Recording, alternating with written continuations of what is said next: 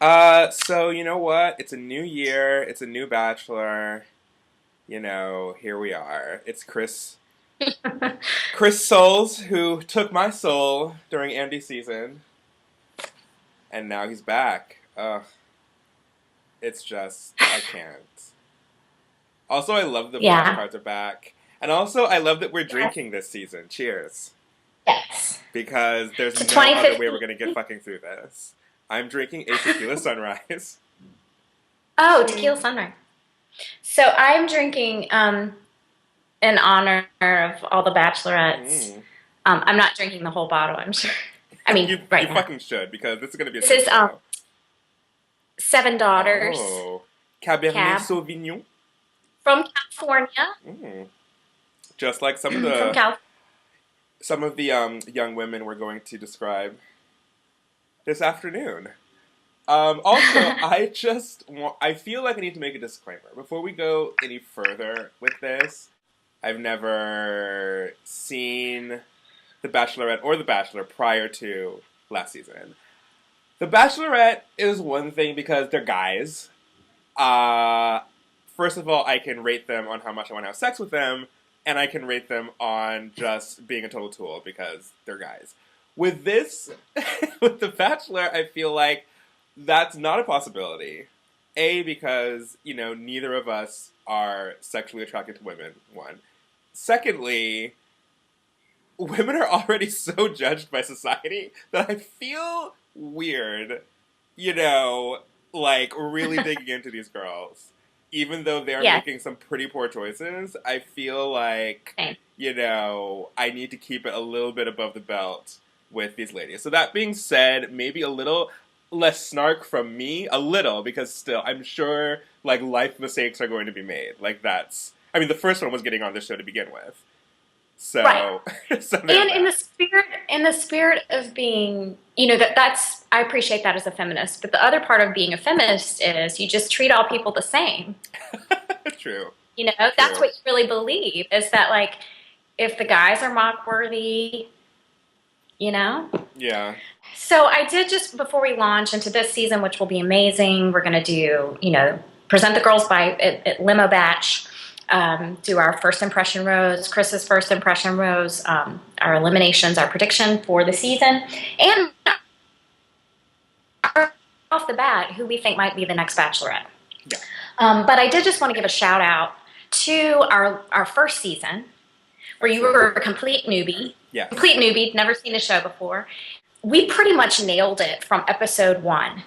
We predicted, we gave him the best odds of being the next Bachelor, Mhm. which we reinforced throughout the season, and clearly we were right, because here Yes. we are with Farmer Chris as Farmer as the next Chris Bachelor. in the But we, building, like, my top building. picks for top three were these three guys. Mm-hmm. These three. And yeah, and as you know, she picked Josh, which that's like over. And then Marcus was in the top, he was in the top four. So I Yeah. missed the top three by one. He was in the top four. But this guy got the first impression rose. So that was our very first episode. We came out of the gate just with, I think, really right on the money. So with that in mind, I sort of wanted to, we both read the bios this time before we met the girls. I had Yes. some picks just from reading the bios. Did you have anybody that you really liked from just the Um, bios before we saw them?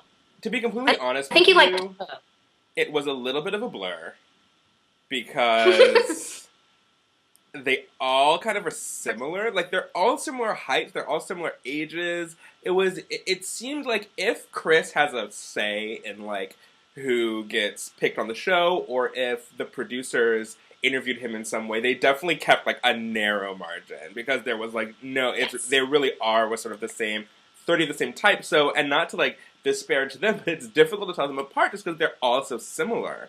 I like Brit. I think just Yes. because she Now stood this is just out. from the bio. Is Yeah, this just just from the from the bios? bio, she Okay. stood out. She's really pretty. She seems like normal, and she seemed kind of like to have a little bit of personality. So I liked Mm-hmm. her, and I liked Bo because she was like, There's Britt. yeah, that's Brit. I liked Bo because she was like plus size model. She's like a surfer or something. Yeah, she seemed cool.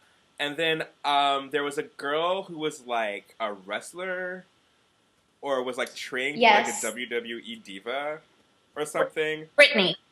Brittany. I liked her. Now, I know that Bo and Brittany both went home. This does not bode well. This season does not bode well for me because two of my favorites are already gone.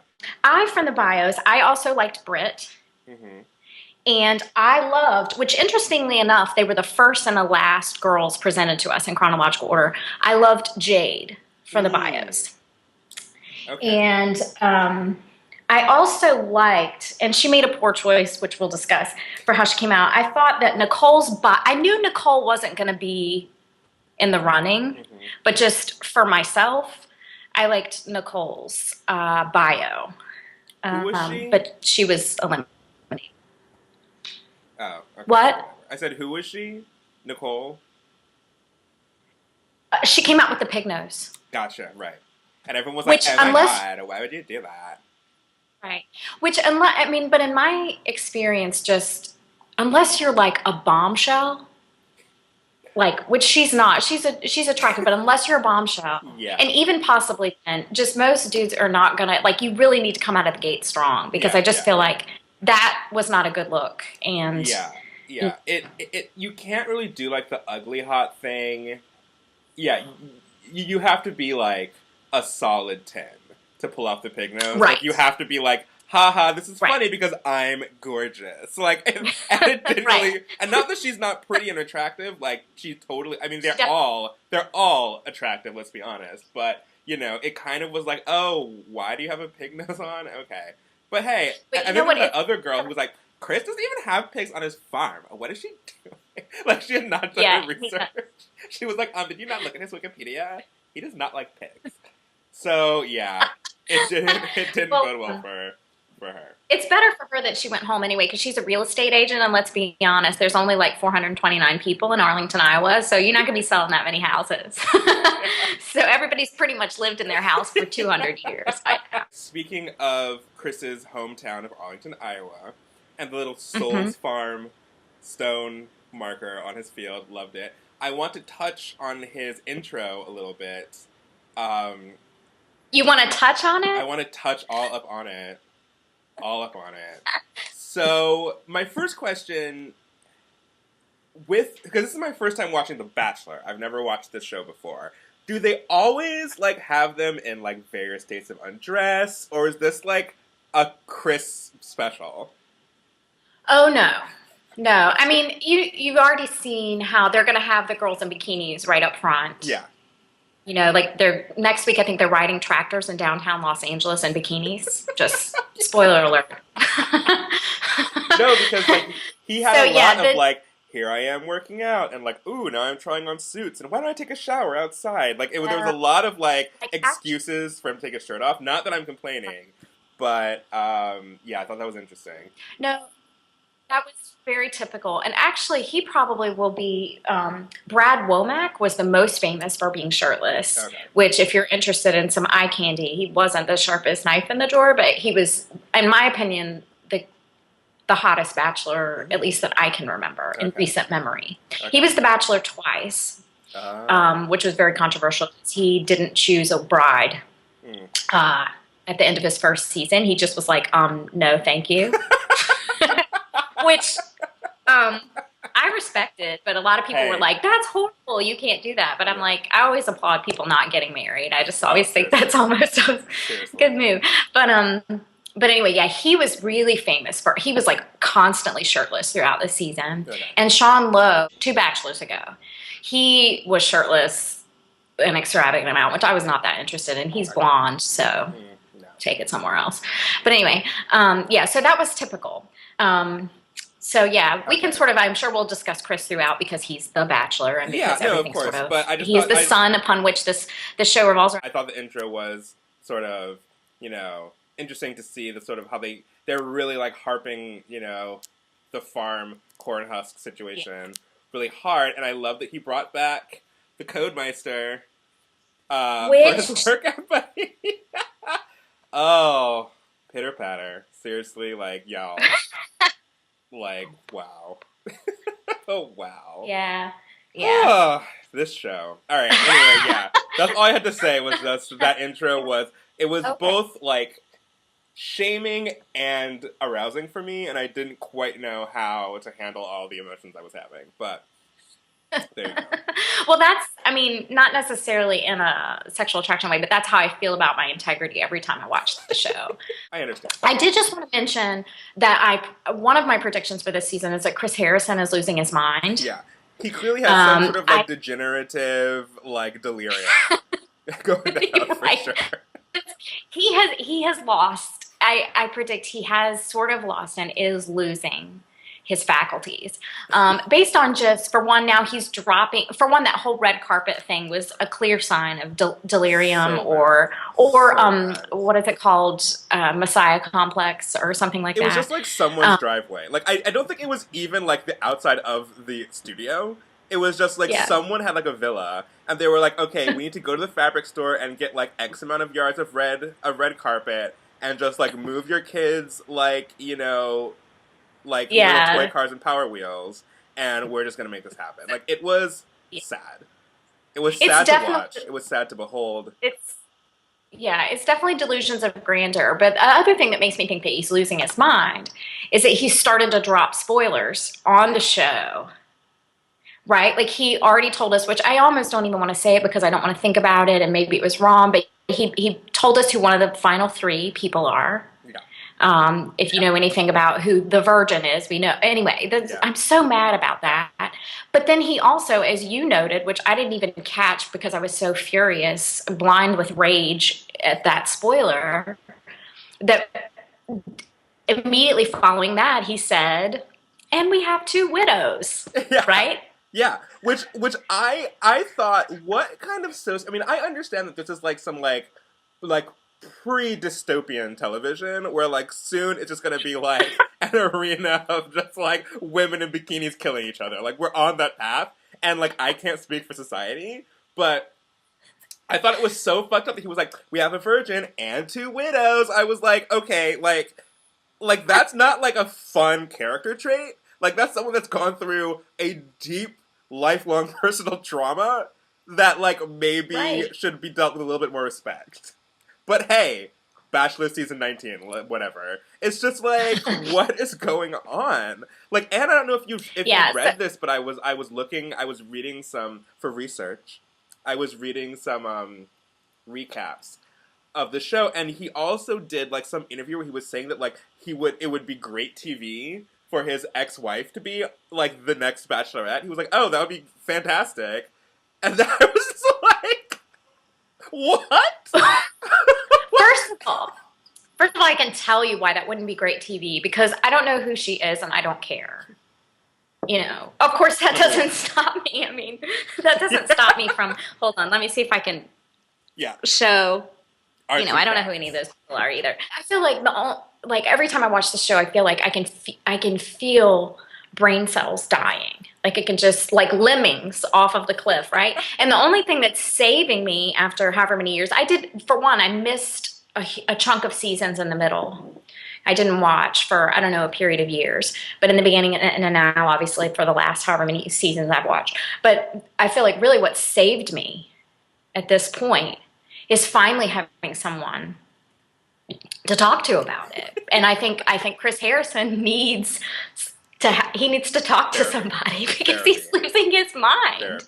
He's losing his mind. All right, so that was our, so we've pretty much done our opening. So let's just start with the limo batches. So once again, I've organized the ladies by at least the order in which they were presented to us, which this season, I mean, it wasn't suspenseful or a surprise or a shocker or anything like that, but like they were going for, but it is sort of strategically key, the fact that the first 15 ladies were there for probably 2 or 3 or 4 hours prior to the other ladies arriving. That was strategic and affected some of their performance. And I think it speaks to like this show's just like evil genius that they would have already half of the women like drunk and like talking and like forming bonds and talking about Chris or whatever, and then to introduce new girls after a period of time, it already set up so much conflict because they were Right. already there. And it wasn't just like boom, boom, boom, Right. boom, here are the 25 girls. It was like, oh, there are 30 girls, and also half of you are already wasted, so have fun. Like, you know what I mean? Like, so I thought that, like, even though it wasn't suspenseful for us, I feel like on this show, they were like, how can we, like, fuck with these women even more? Yeah. We I already also thought are. it sort of I also thought it sort of smacked desperation on production's part, like something else new to do to make it interesting or suspenseful or whatever. Yeah. But I will say that just because of how I've laid out the flashcards today, which we're doing flashcards again, statistically I can tell because I turned over the girls who were eliminated, that what we ended up with, everybody in the first limo was kept. Oh, okay. One of the second limo went home, one of the third limo went home, one of the fourth limo went home. Mm. The fifth limo, 2 of the 5 went home. And the sixth limo, 3 of the 5 went home. Oh, okay. So, like, So as they were getting churned out, he was like, I can't even process this amount of women, so. I don't know. I think Yeah. that was what it was, or if just the last limo was throwaways, except for I think the first of that limo was one of my picks, and the last of that limo was one of my biopics. So I think they started with a bang. Yeah. You know, and then, so anyway, statistically, that was interesting. But I thought, now this is going to be a challenge, but at least if we can attempt to try, maybe in one word, give our impression, then we'll say anything else that we want to about these people. But this was Limo 1. So in Limo 1, this is how they were presented to us. We have Britt, Whitney, Kelsey, Megan, and Ashley. Okay. So, in one word, what was your sort of first impression, and then whatever else? I thought she was, like, spunky. I'm gonna go with spunky. Spunky. Okay. And I think that, unfortunately, and we can get into this at the end of the video with our predictions, but they're setting this poor girl up for monumental failure. But I think that she is. I think that she's pretty. I think that she was cool. She left an impression. I thought the, like, extended, like really emotional hug was a little weird, because I remember when I texted you, I was like, oh my god, like, they're already out the gate, like, having major emotions, because she hugged him for a really long time, and you can see on her face she was like, yes, like, she was totally just, like, really so pumped that she was hugging Chris, and I thought that was, like, a little much. Yeah. But she definitely, I think at this point, she's everyone's favorite. I don't think anyone watched the show and was like, oh, she should go home. I think that she was the one that, like, showed the most personality out the gate. And obviously he thought so too, because she got the first impression rose, so. Yeah. I thought she was, I guess my first impression was that she was beautiful. Yeah. As I've watched, like, the clips and the season, I think there's something maybe a little bit vulnerable or something there that is going to maybe blow up in somebody's Well, I think it's because she face. seems like a real person, and I think that she's gonna be much like, you know what she is? She's the Eric of this season. She's the one who's gonna, like, be like a normal person and be like, why is this show so stupid? And then they're gonna ask her to pack her shit and go. That's my prediction. Yeah, I actually think that she's pretty. I don't think she's that normal. I think there's a little tweak in her that's a little bit off. Okay. To be perfectly honest, I like her. I'm not saying I dislike her, but I just think there's something a little bit off. So that's Kelsey. Britt. Next up, we have Whitney. Yeah. First The impression, fertility baby nurse. voice. What? My first impression is a baby voice. Yeah. Which, I mean, if that's your voice, fine. I'm not here to disparage anyone for, like, what they may naturally produce with their vocal cords, but it was a little. Make a hashtag of that. Not here to disparage. Not here to disparage, but it was a little much. It was very kind of distracting, and if I was a person who wanted to get pregnant, I would not want her talking to my uterus. That's just me. But she seemed like a nice. They all seemed like okay people. They all seemed like nice, fine people. Is what I'm trying to say. But you know. Yeah. Okay. Next up, we have Kelsey. Ooh, Kelsey. I thought, okay, even like watching her on camera, I found her to be intense. But I didn't realize until her intro video that she is one of the widows. And in her intro video, she said, she said that her husband died a year and 4 months ago. Which anyone will tell you is not enough time to grieve. And I really... And if it is, that's a little weird. Yeah, and like, and I think that she... I mean, again, we've, already established that the producers of this show may not have the most attuned moral compass in the world. But I feel like if someone like that was presented to me and said, hey, I want to be on this show, I'd be like, go to a therapist. Like, it's like you're not going to find what you want on TV. Like, and so now, my heart aches a little bit for her. Because at first I was like, calm down. But now I'm like, oh, she's going through some shit. She really is. And I don't know if her being on The Bachelor, on the Bachelor is like a solution. But here she is. So we might as well see it. Well, my impression before I even knew any of that, when I read her bio, was like, this girl's a mess. Yeah. I mean, like, not something... And this... Anyway, I should say, actually, what the occupations are. Right. Britt is 27 and a waitress from Hollywood, California. Because I think that where these ladies live is something to consider as we evaluate them. Because Hollywood... Yeah. To Arlington, Iowa? Yeah. I don't know. And then we have Whitney. Whitney is 29 and she's a fertility nurse and she lives in Chicago. Right. So then Kelsey is a guidance she's counselor. A guidance counselor. Yeah, I remember that. In Austin, Texas. But even just reading her bio, I was like, something's off, like something's not grounded in this person. And maybe it was because I know this because maybe I can identify or whatever, but I know that a lot of people who go into counseling, psychology, are going into it to sort of deal with some stuff. But the way that some people deal with that is to give advice to other people about how to live. And that was sort of what I picked up on her, is that she's going to be somebody who's like kind of correcting other people, and I mean, again, it's editing, so they're choosing a caricature of a person that they want to show to us, but from the season opener, you see things already with her saying to people like, I know what you did, and I trust you, and kind of using the mom voice with people.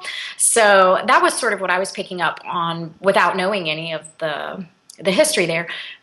Knowing just a snapshot of that makes me even more suspicious of your desire or need or whatever to kind of tell other people how to live and get their stuff together, Yeah. And I think at this point, it would be good to remind our viewers that you do have an MFA in psychology. So at least we're coming from like a semi-professional standpoint on these things. Nothing. No. I mean, I wouldn't say that. It's probably just me. But that's sort of my own observation. Yeah, is that, The last thing that I'm going to say on Kelsey is just that her presence on the show, even though I think that, she deserves a chance at love like anyone else, even though she's been through this horrible ordeal, is that she's going to break down, and her potential for breakdown is monumental. And I think that it's kind of fucked up that, like, was allowed to be put in a position where she's obviously going to, like, lose her shit on TV. Because, like, there's no way that someone that's gone through a loss that great is going to start, like, dating with someone with, like, 30 other women. That's going to go great. Like, it's not, it's, like, she's a ticking time bomb. And it's just like, oh, well. That's the strategy on the part of production, is they don't bring, for the most part, there's maybe 2 or 3 that they bring on who they think, okay, maybe this person can hang through and maybe actually end up with him. Mm-hmm. But for the most part, that's what they're trying to do, is bring people together who at some point are gonna give them their bang for their buck. Yeah. Give them that moment. And then, of course, they're going to edit it so that that's all we see. Yeah. And that's all we know about that person, whatever. Right. Okay, so next up we have Megan. And my word for Megan is, based on my feelings about her, I'm concerned about Megan. I'm concerned. Because I don't remember her at I all. don't know what I'm seeing. She's 23. Which the other thing that we're seeing here, which you and I spoke about via text, is that all of these ladies are really young. Yeah. Which sort of concerns me about our bachelor beloved Chris and what his criteria is and why that is, why they're all like early 20s. Yeah. It's kind of, almost all of them are early 20s. That's sort of concerning. She's a makeup artist and she lives in Nashville, Tennessee. But the one thing, and again, they're choosing what they show to us, but my impression just from the outtakes of the season when you see the promos is there's one clip where they show her gazing into Chris's eyes. And she looks really kind of glazed over. Like the thought I had when I saw it was like, has she been got weed in her pocket? I don't know what's going on. She looked a little bit like disconnected. But the only thing they really showed of her that night was whatever joke that Caitlin, the dance instructor, told. Mm-hmm. The only thing they showed her saying is like in the diaries, like, I just didn't get it because something's not clicking. Yeah. And I really think something's not clicking. Like I thought, my initial thought was like, maybe did she have too much to drink or is she on something? Which could be, which God bless. I mean, honestly, I would, If I was on this show, I would have to be in some way just high to get through. Like if I remember that a little bit, but if she was like, on some weed or what, then God bless her, because at least she's being true to herself. Because there's no way I'd be able to like deal with that night. I honestly think it might not be drugs. It might just be her, that's why I said concerned. Yeah. Okay. I'm concerned. I think this one's going to be interesting. I don't think she'll be probably around for that long. Mm-hmm. Maybe I'm going to predict it like a midway. I think she'll make it about halfway through. But this is Ashley I. She's 26. She's a nanny from Wayne, New Jersey. Right. And unfortunately, now we know she's the virgin. Right. So because I don't mean unfortunately I just mean unfortunately that was spoiled for us. That she is apparently one of the final three. I mean, good for her. I think that. Also, what does the word virgin mean, really, for a nanny in New Jersey? Do you know what I mean? It's like, not to say that she isn't pure of, heart and body or whatever, but it's like, I don't know. You'd have to be, like, again, really delusional to, like, be a virgin and be like, I'm gonna, like, lose my virginity in this beautiful fantasy suite. Like, what? Like, I don't know. And if that actually, happens, then, I mean, again, good for you, I guess. But. Well, yeah. And I mean, that brings up the whole aside of like, which is not really the topic of this show, certainly because, I mean, it is a topic of our show, but it's certainly not a topic of The Bachelor and The Bachelorette because they don't clearly care about anything of, social construct or anything like that. I mean, they're all about building it, but not about critiquing it. Mm-hmm. But I mean, that's one of those ideas that is kind of an outdated idea, I think, just in terms of like I guess the classical interpretation of what that means is not something that applies to everyone. Yeah. The traditional like interpretation of what that means is a very gendered traditional construct. But in any event, I didn't really have too much of a first impression of her. I mean, I guess I thought she was pretty, know. Same. I mean, really... like, this is the point. Also, I was, like, making dinner while I was watching this segment, so I don't really remember everyone. But yeah, this is the point where, like, it kind of begins to blur. Because there were just too many women. I don't mean that as their fault. It's just, like, at one point, your brain can only, handle so many faces and names. Like, it's like 30 is just, I don't know, By the way, if there's anybody that you would have sent home right away, perhaps for Chris, if there was anybody that you would have been like last season, we called someone. We both have pics of like people that we would send home right away. Feel free to say who that was. I think this might be her for me. This is Trina. Yeah. So what's her deal? I don't really know. I just. She got out of the limo. She goes something like, "Well, hello, Farmer Chris." Yeah. And I think I would have been like, just turn around.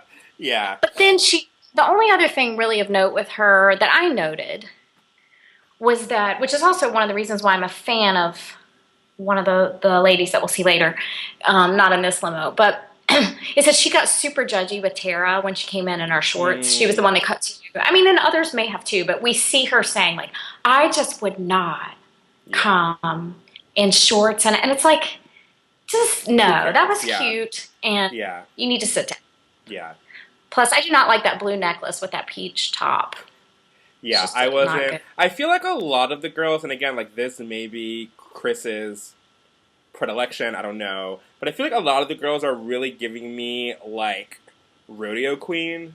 You know, they're giving me a lot of, like, big hair and, like, jewelry and, like, you know, there's a lot of, like, that sort of, like, southern thing going on. I noticed. Yeah. And the thing that we both noticed from reading the bios is there was more than in my memory anyway, may not be accurate, but there was more of the Stepford wife answers to the questions in the bios, which I found concerning. There was a lot of like, what would you do to impress a man? There were a lot of girls who couldn't live without mascara. Yeah. You know, I noticed that. Like if somebody asked you, what can you not live about? Like to say mascara would, I just can't kind of comprehend the type of person who, if someone asks you what can't you live about and you say mascara, and there was a lot of it. There were like probably, I want to say like 25% or 30, maybe even more, 30 to 40% of these ladies, mascara was in the list of things they couldn't live without. And I was just like, that is bizarre to me. But also the number of them who like gave answers on the order of like, what would you do to impress a man? Sort of like, whatever he wants me to do, I'd be a puppet types of answers. That was, I would be a marionette. You know, who is the man? What kind of things does he want me to be? You know, and I was like, that's weird. I don't know if the fact that maybe the ladies are presenting this way is because of their idea about who Chris is and what he wants them to be. If it's about production's idea about who Chris is and who he wants them to be, or if that's really what he's about, or if it's some, you know, just weird phenomenon that's happening. But I did notice that was like a thread of like these old-fashioned values, and that, you know, that's how they're pitching him, is like this kind of classic. And as I said to you, I think that takes The Bachelor back to its misogynist roots, because I feel like the last couple of seasons there's been a breakdown. For them, at least, in terms of like you've had more women asserting themselves, but I think classically the show was meant on a foundational level, whether consciously or not, to humiliate women. And I feel like we're kind of maybe, for whatever reason, cycling back to that place. And I mean, to the point of that there's only one black girl. There's one non-white girl out of 30. And like, and you know, at this point in American history, whether it's sincere or not, there's such a huge, like, onus on entertainment to be diverse. Like, everyone has black people on their shows. And even there are times where I'm just like, is this sincere, or are you just doing this because, like, you feel like you need to? But, you know, everyone has a diverse cast. Every show on television. And the fact that the producer of The Bachelor went through how many hundreds of girls to narrow it down to 30, and there was not one person that was like, maybe we should have more than one non-white person on this show. And it could have been Chris to be like, I only want to date white bitches. Like, I don't know, you know what I mean? But like, clearly it was a decision that was made at some point, because I doubt that in this day and age, no producer looked at that rundown and was like, oh, all good to go. You know what I mean? Like, someone must have brought that up at some point. Right. Well, I mean, but I guess the other part to think about is, like, again, whoever ends up with him, which to me has been the biggest constraint throughout the whole thing. And maybe that's because of my own ideas about where I want to live. I'm sure it's partly on that. But is that if he is for real and he really wants to get married, that whoever ends up with him is going to have to live in a town. I think I read it was 429 people on a farm in Iowa. And I'm not sure how diverse Arlington, Iowa is. Or how open-minded or welcoming. I mean, I don't know. Or conversely, I wouldn't want to live there. Yeah. Would you? Well, I know your answer because of him, but I mean, when you think about that though, like 5 or 10 years in, Yeah. Yeah. is that really where you'd want to make your home? And, depending on what your values are, whatever, like I wouldn't, for a variety of reasons. One reason for me is because I'm just, again, basing my opinion, I guess, on the very little that I know about that place. That's one reason I wouldn't want to live there, because I don't want to live in a place that's all white people. Yeah. So Yeah. I don't know. Anyway, Regan, she's the cadaver tissue specialist or whatever, salesperson, and she lives in she lives in Manhattan Beach, California. My First problem impression with her was she had one of the most like, on her questions on her bio, she said something really misogynistic, and I was like, girl, love yourself. Like, Yeah. seriously. Like, it was just like, I forget what it even was. She literally said almost something. I mean, I don't know the exact quote, but it was pretty much in terms of meaning, verbatim. What would you do to impress a man? She said something like, basically, keep my mouth shut. Yeah, that was it. Yeah. Let him do all the talking, and I found that, which, you know what? It's sad to say, but for a lot of people, she's right. Yeah. I've definitely been around men that just, their idea of a good date would be like if you did not have any opinions and you just shut up. Yeah. And I think that, like, I haven't gone out with them, but yeah. Well, that's the thing.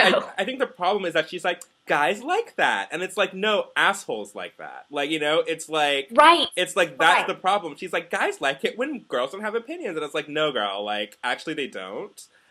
Just horrible people do. But then we had Tara. Oh, yes. Who bounced out of the limo in the shorts and the flannel shirt. She is the girl that I want to hang out with. She's the girl that I want to party with. I love that she was, like, wasted. Because honestly, who could walk past an open bar in that gaudy-ass house with Chris Harrison and, like, a bevy full of women and not get bombed? Like, come on. I thought that, and also I like that she did not have time for like the shame. She did not have time for the girls that were all up in her grill. Right. She was like, this is what's going to happen right now because this is ridiculous. And I applaud her for that. I loved her thing of like getting out of the limo in like her cowboy boots and her little like jean cutoffs. I thought that was cute. And then she put on a cocktail dress. I thought that was cute too, that she was like, I can do both, but I'm, going to be a real person. Which of course was calculated. Of course, but I thought, like, as far as a person who doesn't know how they're gonna quite watch this show and like stomach it for X amount of months, I was like, this is a breath of fresh air or stale whiskey air. I don't know, but it was a breath. It was a breath of something that needed to be done. Love you, girl. Cheers. Cheers to Tara. My Topeka sunrise is gone. To Tara. My Topeka sunrise for Tara is gone. I think that Tara might be a little bit of, well, she listed it one where she goes, my best friends are like, I can't remember what she said, but like Jack Daniels, Jim Beam, and like Johnny Walker. So she might have a little bit. She's 26. She's her occupation is sports fishing enthusiast, which is like, can you make money with that? Yeah, I don't know if being an enthusiast is a profession. That might just be what you do on the weekends, especially girl. Sport fishing, which is such a niche, It's like, it kind of sounds like groupie, you know what I mean? But like for guys who's groupie, which I can get behind as well. But I think it's possible maybe she has a little bit of, the party girl in a tomboy way thing. But I have to say that not just her. Well, one thing I want to say before that, when she went back in the dress, they were all super judgy about her, and then she went back in the dress. I was like, she actually, and it's probably because the other girls are looking at her and thinking she's no competition. Mm-hmm. But you could tell when she walked back in and she was like, yeah, I changed. And she was really cool about it. And she didn't, like you said, she had no time for the shame thing. The way that they responded to her, just the way that they greeted her, I thought, they find her really likable. Like there was something about, and I think that's a quality that probably, like, Chris won't necessarily be looking for, and it's been a classic downfall of many bachelors in the past. But, like, a woman who can be well-liked, that's something. And, again, it may be because they're underestimating her. But forever, in my memory of watching rose ceremonies, her standing there yawning and and rolling her Amazing. eyes will forever be one of my favorite memories. And not only that, but the way that the other ladies were responding to it. So a couple of them in particular, Whitney with the fertility nurse, Yeah. she was like really agitated by that, really anxious by that. And Tara, the soccer coach, I think her name is Tara, she was also, you could tell, like really like, Yeah. seriously? Who responded to that really well was Becca, who we'll get to, who I really liked. They showed her talking about it, and she was so gracious in how she spoke about Tara that made me like her too. Yeah. But I think like that was it was. I think it's very telling how the ladies responded to her. Yeah. Her because she's not fitting the format. And so I think the ones that were super judgy about that, or that made them very anxious that he might actually keep her around, I think Yeah. that's revealing something about them. And I also noted the ladies who were like, yeah, she probably had too much to drink. She needed a nap. You know, I think we've all been there. It's like, Yeah.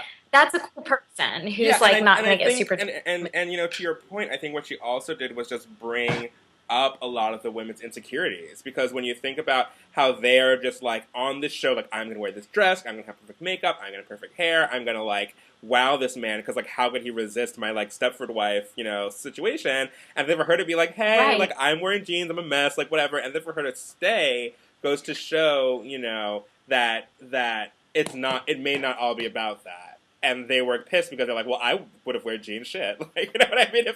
If she's sticking around, like, fuck, you know? And I think that goes for her. Oh, Chris. And kudos to him. Prince I Farming, think for, hashtag. yeah, I think kudos to him for, which I still wonder how much control production has, especially at the beginning, over who Probably stays a and who lot. goes. Probably a lot. So who knows if that was really genuinely his call or not. But if it was, kudos to him for extending grace or giving her the benefit of the doubt. You know, this isn't her maybe her typical night and things that she does or what she's Yeah. doing every single night of the week. That this is a really weird situation. Yeah, and also it's an And she open got bar. They've been there for hours.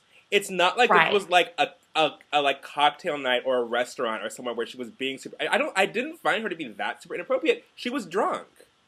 She was drunk. That's really it. I don't think she didn't like do or say anything Right. that I thought was so Right. inappropriate. Right. You know what I mean?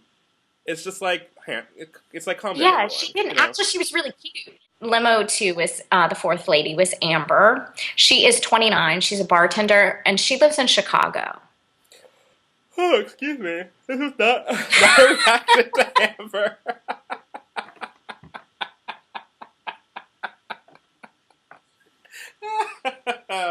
Oh man, Speaking of Tara, Jesus. yawning. Yeah, but no, I mean, I honestly, she seemed sweet. She seemed like she had a good, you know, head on her shoulders, and you know, obviously, I have my own, you know, reasons for wanting to keep her around. But I hope she does, because she's the only non-white person on this goddamn show, and it's like, can she please stick around for more than an episode? You know what I mean? It's like, Right. that's honestly where I'm at, because I'm just like, goddamn, like, can there be one black girl on this show? Right. Okay. Well, and the way I think about that is, I mean, she's a bartender who lives in Chicago. So I think just based on that alone, if I were her, I'm not wanting to move to Arlington, Iowa and live on a farm. Yeah. You know, I don't know anything about her. The tequila sunrise. This is art imitating life. But so just that right alone. But I feel like this show does so many things for purely entertainment's sake. Mm-hmm. In terms of who they keep. Like, the classic example of that, in my mind, was Bradley, the opera singer, Mm-hmm. staying around Yeah. on Andy's season. There was, like, no way. I don't think that she was attracted to him. There was no way. They kept him around for the Boys to Men episode, I believe, so that he could belt out opera to Boys to Men tunes. Yeah. So I feel like just that alone, she should be kept. Yeah. If production does indeed make decisions about who's staying, particularly in the early stages they're saying some people, we're keeping them on because we brought them for a particular reason, and that's part of the contract. Yeah. That just, I don't think she's going to end up with Chris. I don't think she would want to end up with Chris. Yeah. You know, but yeah. I hope she at least gets like a date. I hope she gets like a one-on-one date, It's Right. cute. They go to like some cute place. Because I really can't handle the only black girl who getting kicked off like immediately. I can't handle that. Yeah. Same. All right, next. Right. So next, and we're still only on limit 2. This is so sad. So this girl, like, I don't know anything about her, but I can tell you right now. First of all, as you know, we talked about it with Josh last season. Anytime somebody's occupation starts with former, Yeah. I'm like, what are you doing now? Yeah, yeah. But anyway, Nikki is the former NFL cheerleader, and she lives in New York City. So she's doing something, or her parents are supporting her. Right. Right, thank you. Unless she's independently wealthy. Yeah. Well, I can tell you what she's doing right now. She's on The Bachelor, getting paid for that. That's true. But she seemed fine. I really agree with you. It was too many ladies. Like normally, I can formulate a pretty good initial impression. And they just really ran together this time. And I have now watched them exiting the limos. I've watched that 3 times. And I was still mixing girls up and not knowing, and that is not like me. Yeah, I can't remember what her deal is. So. Yeah. Next. I don't either. Okay. So, well, this one we remember, unfortunately. And, I noticed it again. They do the thing where they play the creepy music when people get out of the limo and stuff. Or while they're talking. And they really set her up for that. They were playing the really creepy music while she was talking to Chris. But in any event, we're now on to limo 3, by the way. Oh, thank God. So Amanda, oh, yeah, she did the secret admirer shtick. Yeah. Yeah. They really played up. I mean, there was that funny point where, like, Britt or someone was asking, like, who is Amanda? And they were like, oh, the girl with the big eyes. And she was like, oh, okay. She was like, no, it's true. It's, like, her defining feature. And it is. You know? But yeah. And then this is the part where I don't know, how much does production have to pump somebody to get them to say this? But they did the thing where they had her saying, like, I just think you have to make really good eye contact with him. And I was like, they so set her up for that. Yeah, they did. Poor girl. But she's pretty. She seemed okay, Yeah, she does. But you know what? No judgment, honestly, because... Oh, well. Yeah, they did. Next time, Amanda, whatever your name is. Okay, Jillian, she is 25. She's a news producer in Washington, D.C., and she's the one who's super muscular. Yeah, and she was like, I'm ripped, feeling my abs, blah, blah. Yeah, sure. I mean, well, once again, news producer in Washington, D.C. Yeah. It's not going to happen. Yeah. It's not going to happen. And they know it's not going to happen. Next up, we have Mackenzie, who's 21. Yeah, and has a child named Kale. Yeah, she has a child named Kale, which we're both hoping, I think, is spelled with a C instead of a K. But spinach? I don't know. What? Huh? I mean, I could see a 21-year-old naming their child Kale in 2014, 15, 13, however. It was so on trend when she had the baby. Anyway, I honestly think. You know what? I don't know. I didn't dislike her. I didn't. I thought that she was like young, and I could give her a pass for a lot. And I thought she was going into the situation a little like doe-eyed. But she's 21 years old. Like, I don't know what else I would expect from a 21-year-old who has a child named after a leafy green. So Right, and unlike a lot, or I'd say a fair number of these ladies, and it's true every time, don't have, at least what we are offered is not like a real job. Yeah. Meaning, like, the sports fishing enthusiast. Like, I mean, maybe that's her job. I don't know. But I'm like, how do you make money doing that? Yeah. But she, at 21, possibly because she has a child and she's, bringing home a pay, to provide or whatever. She's a dental assistant. And again, I did think, too, he seemed to really like her. Yeah. Whereas with some of them, Chris is, I think, a pretty gracious person. So even in situations where it was a little bit awkward, the person was like, I could tell he probably wasn't into them. He still was very gracious to all of the ladies when they got out. But there were some of them that I felt like he really was struck by, and she was one of them. I also like her because she didn't have the extension. She doesn't have the straightened hair. She wasn't wearing a ton of makeup. Like, she looked like a normal person. It was like, I have a kid. Like, I'm a mom. I'm a dental assistant. Like, I'm a normal person who's giving this a chance, and I can get behind that.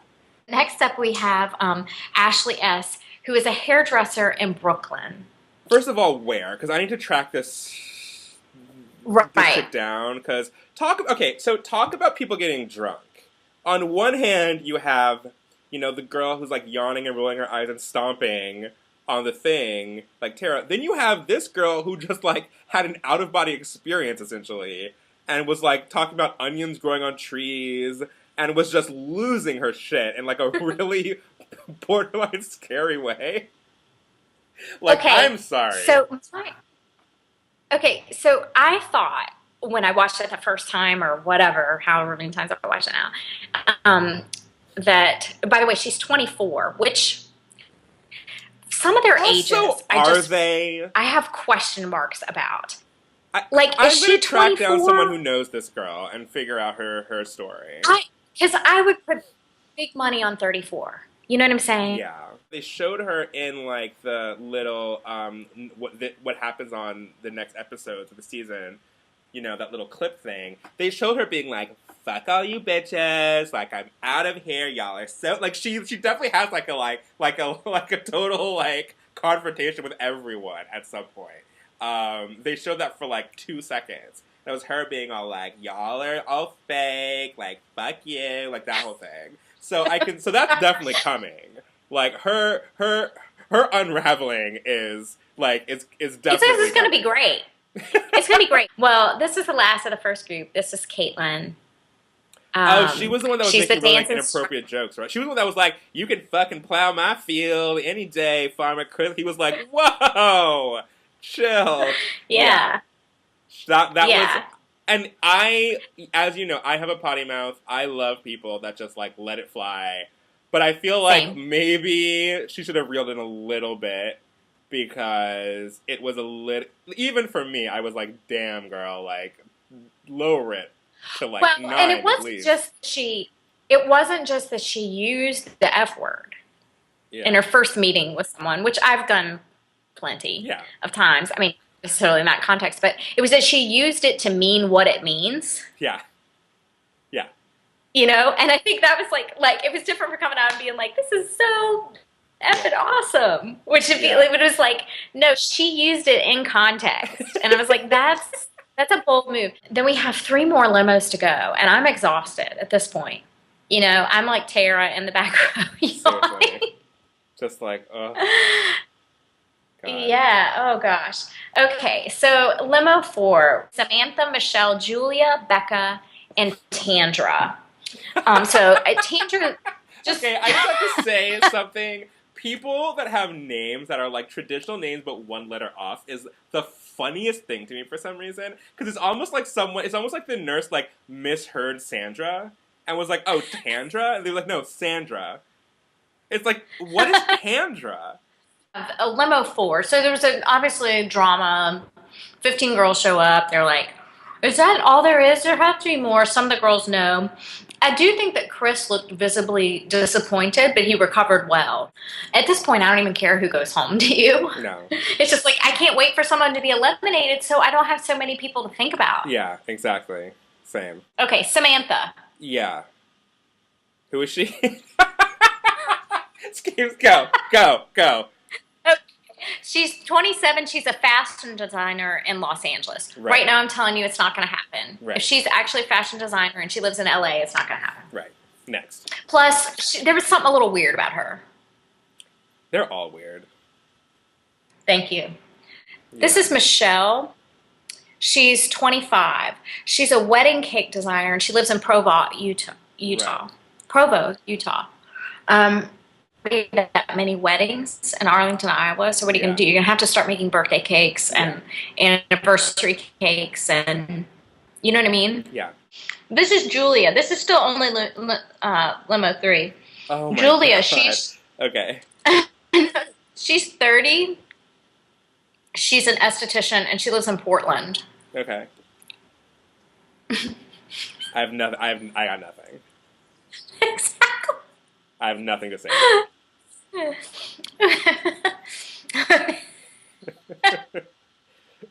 This is Becca. She's 25. She's a chiropractor's assistant, and she lives in San Diego. Right. I actually think she may have a shot. Okay. He loved her. She was the one who had on the short, glittery dress. Right. He really checked her out. He looked her up and down. He was like, I really like that dress.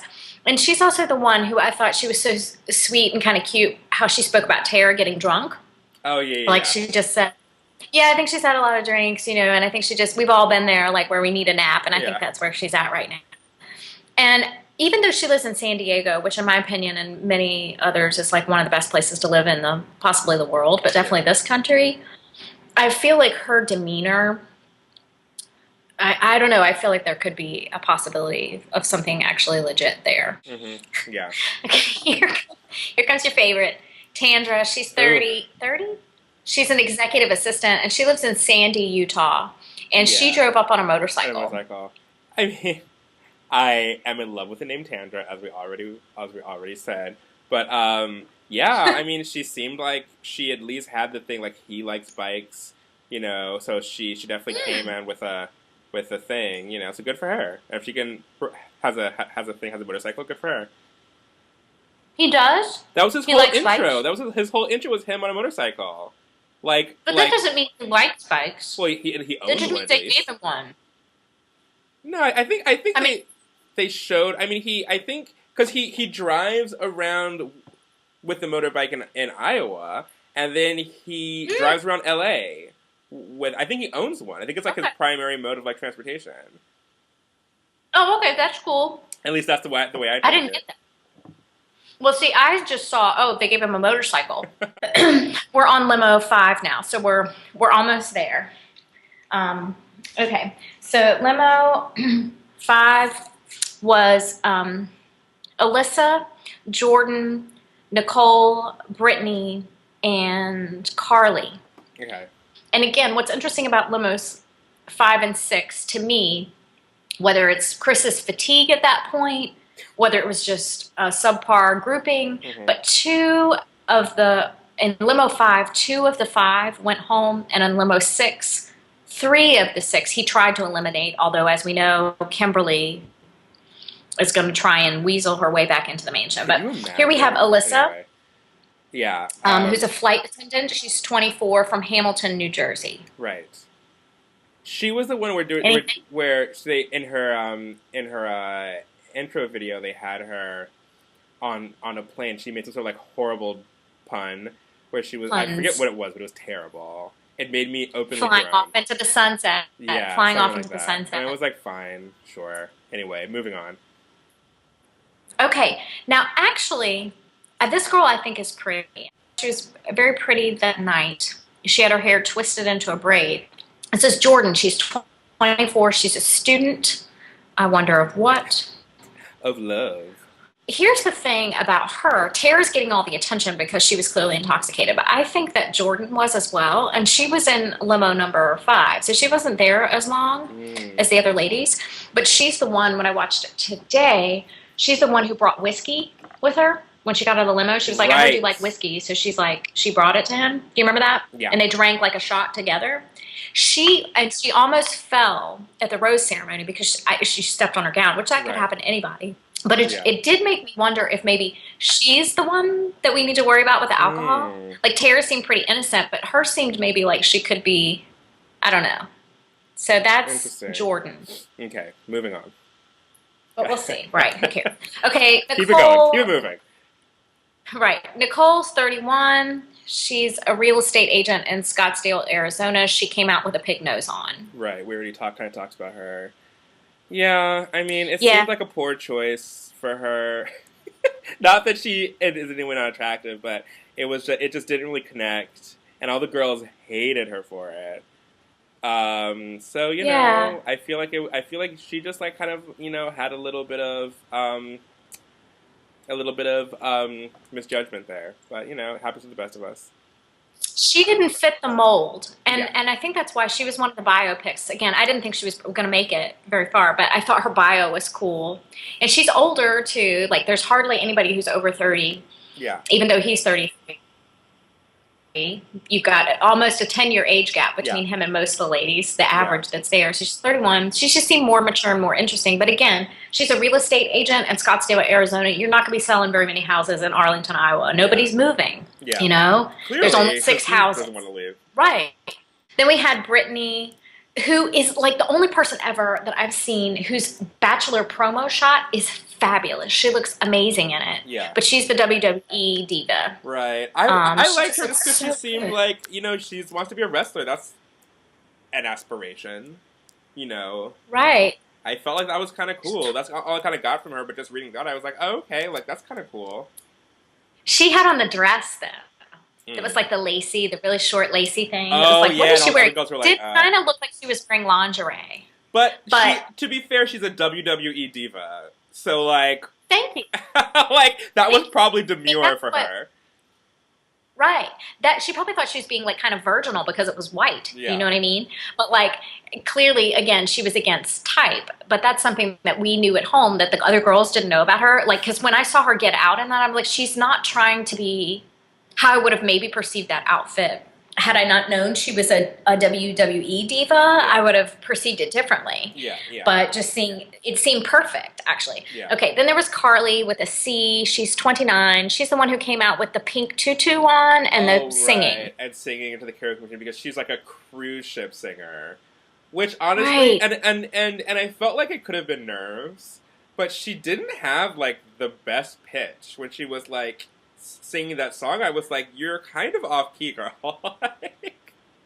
But they were also, and this is what I wondered, what did she sound like in real life? Because there was a lot of that like screeching sound being added in. And Yeah. I felt like production added that. Yeah. you're I don't probably think her right. little pink boombox was like making that much racket. Yeah, yeah, yeah. So they may have made her sound worse than she actually did, which is really cruel. Yeah, yeah. Because it's not easy to sing in front of other people. Yeah. Also, it's your job. Like, professionally. Right. We're to the last limo. Sweet Jesus. Thank you. Yes. I can see Okay, I can see the light at so- the end of the tunnel. In limo 6, there was Tracy, Bo, Kimberly, Kara, and Jade. Tracy was also one of the people I liked from her bio, or I thought might be a good, like, maybe not so much for me, but for Chris, I thought might be a legitimate pick. And in watching it back, it looked like they had some chemistry. So we didn't hear anything from her the first episode. That's often the way it goes. But, like, often the person who wins, you don't even see very much of them in the very beginning. It happened that way in the past. Especially like Sean Lowe's season, the person who he ended up choosing as his wife, I didn't know who she was until like 8 weeks in because they didn't show her. Yeah. But anyway, this lady is Tracy. She's beautiful. Mhm. She's 29 and she's a 4th grade teacher in Wellington, yeah, Florida. Yeah. That was cute. She was cute. I think she could possibly have a shot for real. Yeah. Then we have Bo. Yeah. I'm She's bummed. 25. Yeah. Specified plus size model in Carpinteria, California. I guess. So I mean, I was rooting for her, and again, like I feel like I'm almost like pigeonholing the woman myself and being like, you're a plus size model, like you're a WWE diva, like maybe you're interesting, but I feel that like give me something that strays from this like cookie cutter extension blonde girl thing. It's like at least give me someone that has something interesting about them, you know, and I feel that, like, you know, her not being a size 2 or whatever, and, you know, being athletic, being into sports, not being, you know, shy about that, was an interesting character trait. And for that, I feel like she got immediately rejected. They were Well- like, no. well, and what I noticed was, I mean, you can't really tell because we don't see them in real life, and I know how deceptive that is. Yeah. You watch basketball players on TV; they look pretty normal size, but I'm sure if they like walked into your house, you'd be like, Yeah. "Holy shit!" Yeah. Like you're a giant. But it looked to me like her.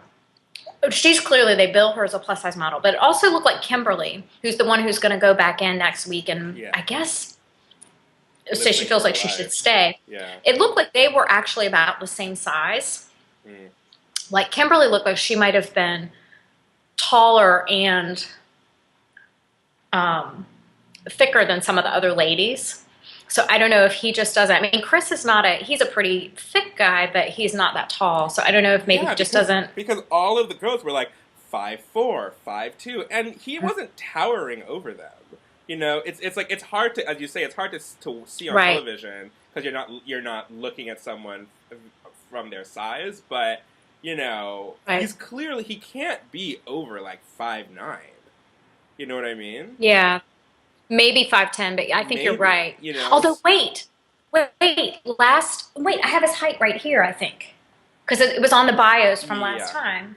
He's actually 6'1", That's impossible which because I mean, unless those I girls don't were know. wearing like There you are. 5-inch heels. They are. They do wear super high heels, I'm sure. And that makes me then even more suspicious. I thought it was weird that like there wasn't one girl. There's not one girl who's like 5'10", 5'11". So if he's 6'1", I don't Mm-hmm. know. You know? Yeah. I don't know. I mean, Yeah. that's what it says on my Okay. flashcard. All right. Data. So, anyway, what do you think? So, okay. So she gets booted at the rose ceremony. Right. He doesn't give her a rose, but then they do the suspense thing where we're going to find out next week. It appears as though she's going to go back in the house and ask to stay or think she should stay. My response to that was I didn't pay a bit of attention to her really when she came out of the limo. By that time, I was exhausted, just like the rest of America and Chris and everyone and Tara and all of us were just tired at that point. She's 28. She's a yoga instructor, and she's from Long Island, New York. But when they showed her standing outside, it was every single season, male and female. We've seen people stand out there as dawn breaks, crying, Yeah. you know, saying whatever they say, feeling down on themselves or whatever. I don't remember exactly what she said, but like, I think I should have had a shot. I think I'm allowed to offer. And when they showed her walking back in that house, my thought was, good for you. Like finally somebody, I don't think that it's going to necessarily take because I think unfortunately the bottom line of a lot of this, aside from the production thing, is immediate physical attraction. Yeah. If it's not there initially, I think probably, I still like, good for you for like not just being, I guess, the rejected victim, but actually doing something about it. Like if you want it, if you really feel like you could have it with him, then go back in there and get it. I mean, that's interesting because I had the exact opposite initial reaction to that. And I was kind of just like, I was like, if I was like rejected on national television, I would cut my losses and just be like, bye. You know what I mean? It's like how it just to me it smacked of desperation. It was kind of just like, how much do you want to be with Farmer Chris that you're gonna like re-inject yourself into this scenario after he's already been like, you're beautiful, you seem like a great girl, thanks but no thanks. I just feel like, what are you going to solve by going in there and pleading your case? Also, even if he was like, oh, you know what, like, sure, that shows, like, initiative or whatever, you're now, like, a target. Like, you have painted a target on your back, and, like, we're not here to make friends, whatever, but, like, I just feel that, you know, if she is truly, which I don't, as you said, I don't think that's going to happen, but if she, like, reinserts herself into this situation, she's painting a target on her back because all the other girls are going to be like, bitch, what? Like, you were not chosen, number one. And number two, if he says, you know what, I get it, but like, I'm just not feeling that, then you've just been rejected a second time on television. It's like, it's a lose-lose situation for you. You know what I mean? It's like there's no way for you to gain this.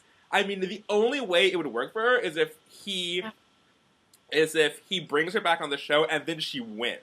And like the odds of that are so small. I would just like be like, you know what? I gave it my best shot. It was a fun experience. Get your ass in a limo and go back to wherever you came from and keep living your life. You know, I Yeah. thought that it was really like, what? It was, I thought it was like, girl, I don't know. Like, I mean, again, what you said, Yeah. like, if she feels like, hey, I'm going to go for it, then sure, go for it. But I was just like, this is not going to end well for you. Like, how could you not see that of the two scenarios here, like, neither of them are going to work in your favor? You know, unless she just Yeah. really wants to be on The Bachelor for whatever reason, you know? So we're almost through these Let's do it. godforsaken limos. Punch it, punch it. Okay. So the number 4. So this is Kara, and Kara is a soccer coach, high school soccer coach in Brownsville, Kentucky. She is supposed to be, this is the one that I was really like. She's supposed to be 25. Yeah.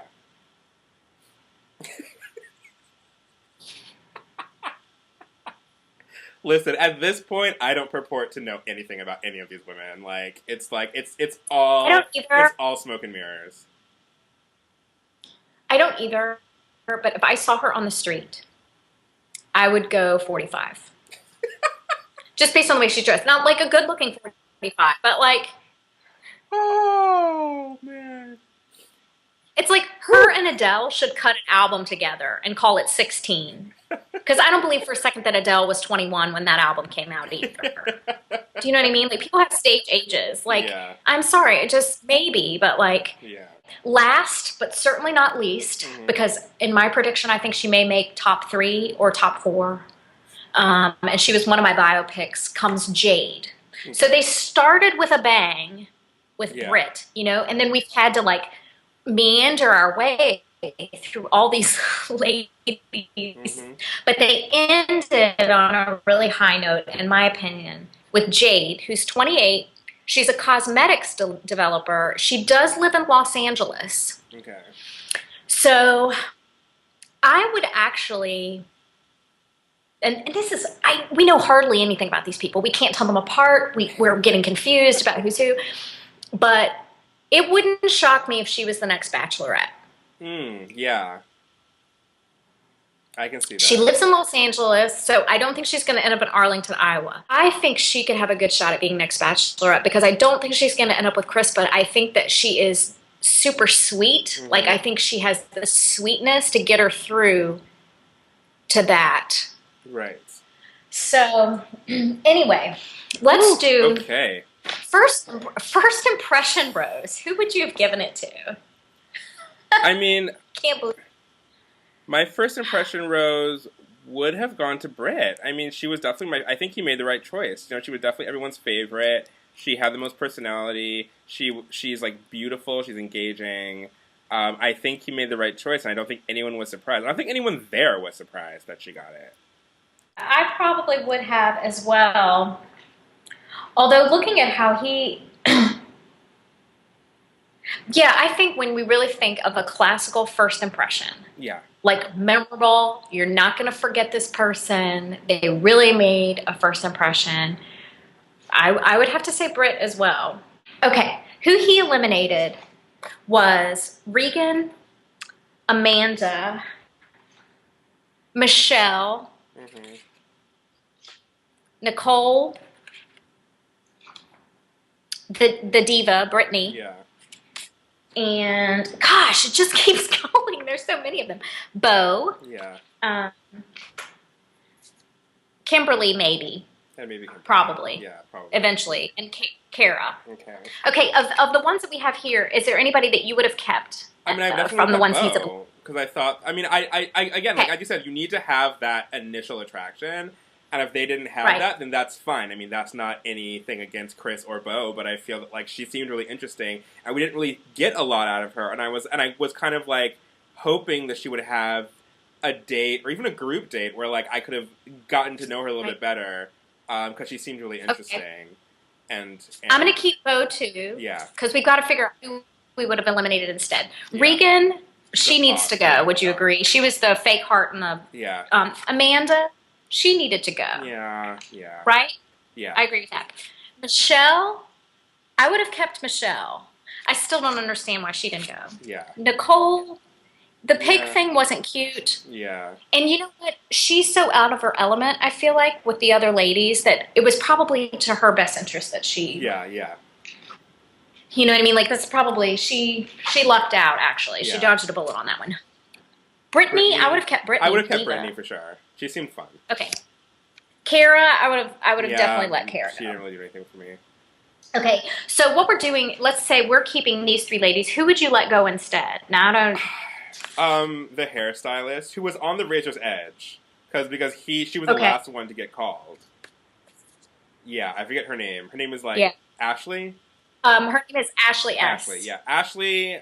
I would have been like, I mean, again, she seemed. I mean, all these women seem fine. Like, I feel bad. They're all lovely ladies, but I feel that like We she love was them. giving me a little bit of the like, is that an onion or a pomegranate? And I was like, girl, what? Like, Yeah, but for entertainment value, she's gonna be fun. I was like, yeah, but if I were Chris, but again, Chris was not privy to that moment, so what does he know? And then I probably would have. I don't know. I'm trying to remember who else stayed. I mean, there was definitely like a middle chunk of women who I honestly don't remember anything about who stayed. So I'm like, I don't really know if I would have eliminated them or not because I can't remember anything they did. Yeah, so. I agree. Well, I would have sent home. Okay, I have to pick three because we're gonna keep Bo, Yeah. Michelle, and the diva, Yeah, Brittany. Brittany. So we're gonna keep those for ourselves. Yeah. So I personally would have eliminated Trina. I definitely would have Yeah, eliminated yeah. Trina. Yeah. I definitely would have eliminated her. And I think I probably would have eliminated this one. Whitney, Yeah. the baby voice fertility nurse. She was Yeah. really she was also really super anxious at the rose ceremony. Yeah. And then I think that I would have eliminated, and this is not knowing anything about her, but from the get, I was like, the girl with the bob needs to go. And I didn't know Yeah. exactly why But or what now I was we picking up know. on. But now we know. Also, who's the other widow? Is it Mackenzie? Because she has a kid. They didn't. I Even don't say. know. If it is, that's going to be a real heartbreaker. Yeah. Chris Harrison said there were two, but maybe that was just a symptom of his like slow descent into madness that we're that we're witnessing this season. Maybe there isn't another widow. I don't know. I don't know. We don't know who it is yet. Yeah. So that's the one surprise of the season is that we don't know who the other widow is yet. God. Okay. It's exhausting. I'm Okay, losing who do light. you I don't know if you've predict? noticed the sun is setting. I had to turn on a lamp. I know. We're losing natural light at this point. Oh, gosh. Okay. So, consulting my notes. Okay, so who do you predict for, not your top three, but who for he's gonna kick around? Chris, who Okay. do you think is going to be there? I'm gonna say. I think you're right about Jade. Okay. I want to say Mackenzie because they had that spark and she's not the typical bachelorette type. So that leads me to believe that he's really into her. That he wasn't just like wowed by like hair and makeup. Not that she isn't pretty. But I feel that like there's something there. And also I related to her. I thought that she was an interesting person. And last final three, I'm gonna say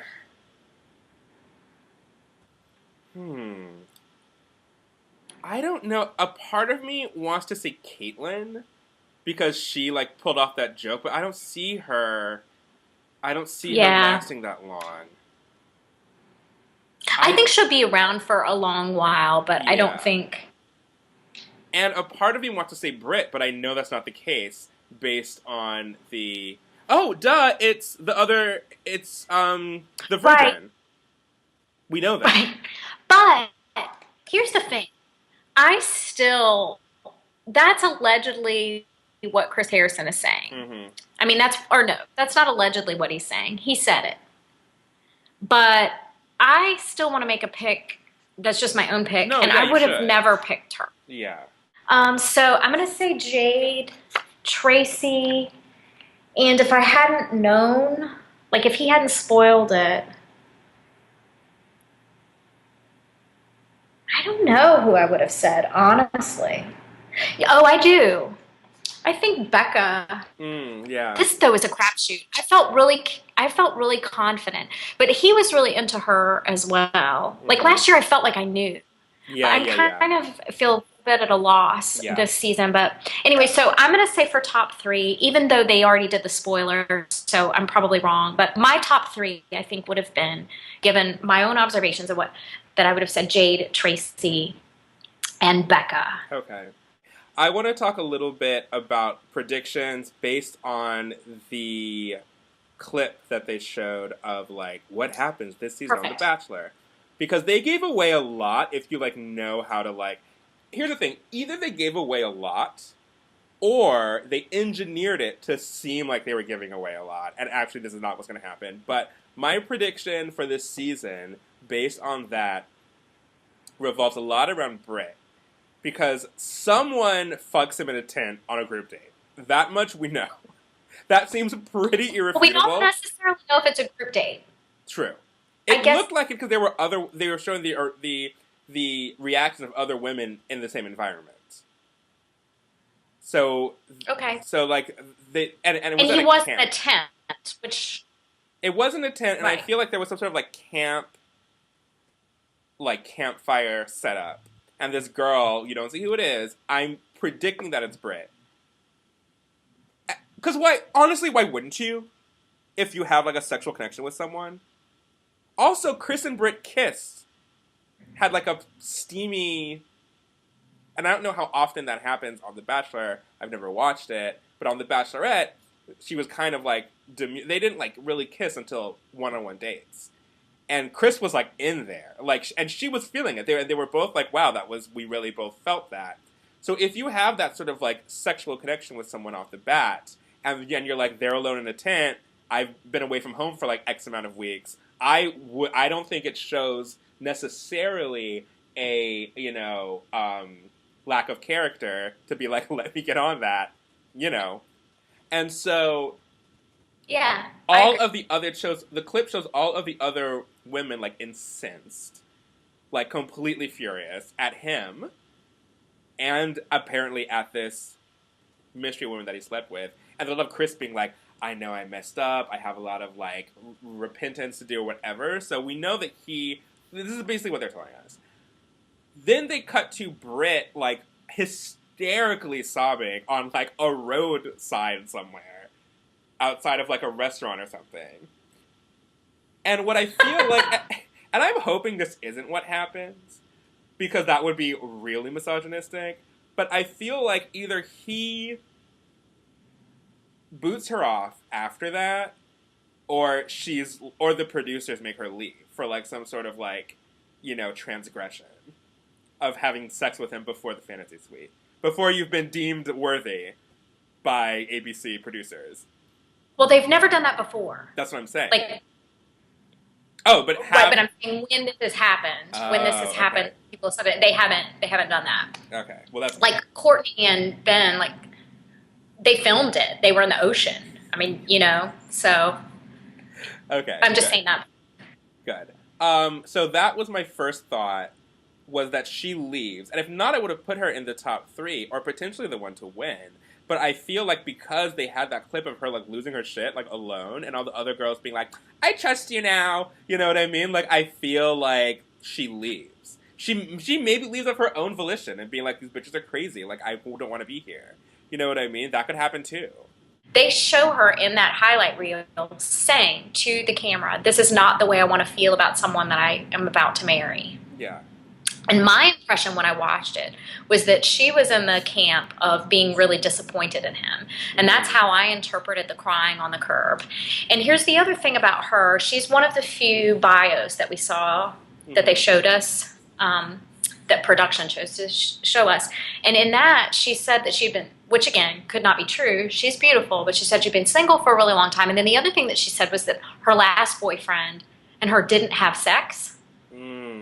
Right. Remember her saying that? Mm-hmm. And so, based on the fact that I'm picking up on this really vulnerable thing in her, which almost, I want to be careful about what I say.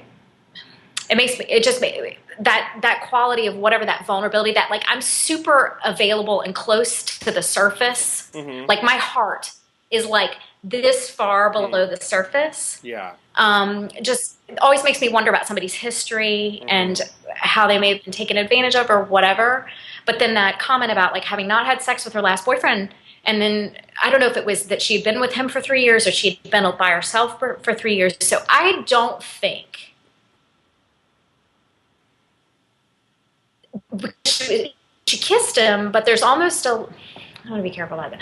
There's a younger quality to her than like usually the people who have gone for the sex move prior, like when that's happened in prior seasons, and it's happened on more than one occasion, or the person who's been really, have been people who've had been more the aggressive sexual type. And she almost approached him from a little girl place. I guess that's what I'm picking up on. Like that whole sobbing thing in the beginning, there was a vulnerability there, a little girl thing there that just, I don't know, you might be right, but that makes me, I see her more in the victimized place in that sobbing thing in terms of like that he betrayed her trust. Oh, your other theory was that it was somebody on the production team, that it wasn't even one of the contestants, which I thought that was good. Or maybe even there was you or me, who knows? Yeah, so I don't know who it is in the tent with him. The only one that maybe I can think it might be is Caitlin. Because he does seem to have a real chemistry with her in the highlight reel. There's a scene where she's wearing a white lace top and he's saying to her, "This is really serious to me." But I kind of feel like she's kind of not taking it that seriously. Like I can't see her gunning to be with him. And usually whoever has tried to have sex with somebody before the finale is really, really trying to be with that person. And like really, really wants to be that person. And I don't know who that would be that I feel like fits the, so maybe you're onto something about Britt. It could also be this one. We haven't talked a lot about her, but I think there's some real, but she's the one who's getting super judgy, like, I trust you. Yeah. So that was the thing that made me not suspect her. She's the one that has a full, like, panic attack on the fucking floor and receives oxygen from paramedics. So she's probably not going to have the best time either. Well, I watched it again, and I just, every single time, there's so many of them with dark hair. Yeah, I feel like I never felt 100% that it was her. Do you really think it's her? But you feel certain that it's her? She would have reason to.